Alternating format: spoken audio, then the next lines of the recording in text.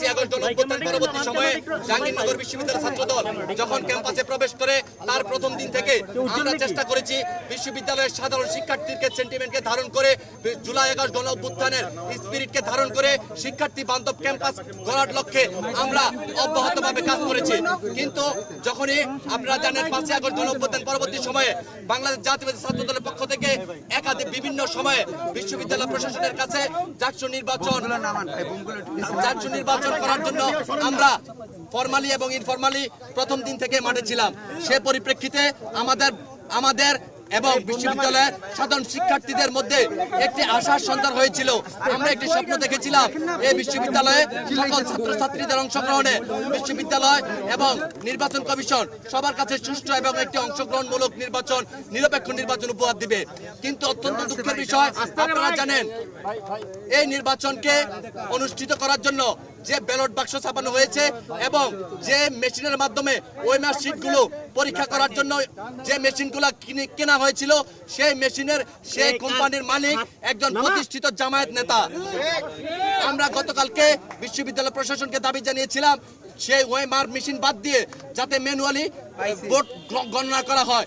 বিশ্ববিদ্যালয় প্রশাসন আমাদের সেই দাবিটি মেনে একটি প্রজ্ঞাপন জারি করেছিল।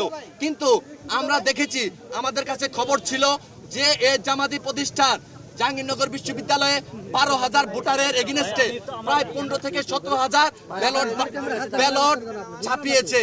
এই বাড়তি ব্যালটগুলো কোথায় গিয়েছে, কাদেরকে এই ব্যালটগুলো সরবরাহ করেছে?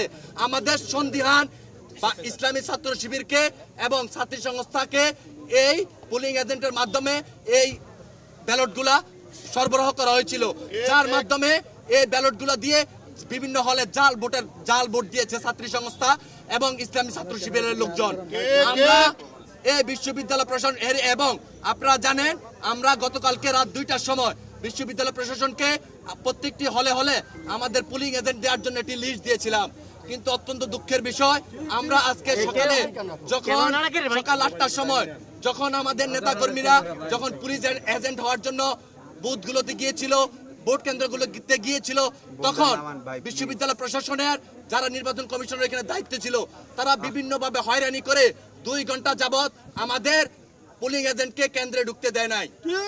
এমনকি কয়েকটি হলে আমাদের নারী হলে আমাদের পোলিং এজেন্টকে ঢুকতেই দেয় নাই।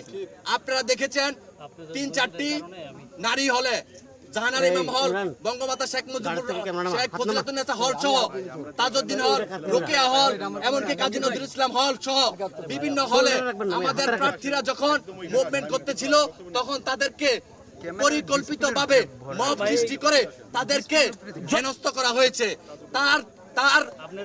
তার পিছনে অন্তরালয় কাজ করেছে এই বিশ্ববিদ্যালয়ের মদতপুষ্ট কিছু পক্ষপাত শিক্ষক।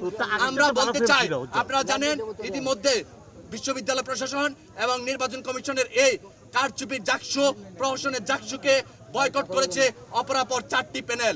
আমরা মনে করি এই বিশ্ববিদ্যালয় প্রশাসন সাধারণ শিক্ষার্থী এবং জাহাঙ্গীরনগর বিশ্ববিদ্যালয়ের শিক্ষার্থীদের পাস ধারণ করতে পারে নাই, যার কারণে তারা একটি প্রহসনের নির্বাচন মঞ্চস্থ করেছে।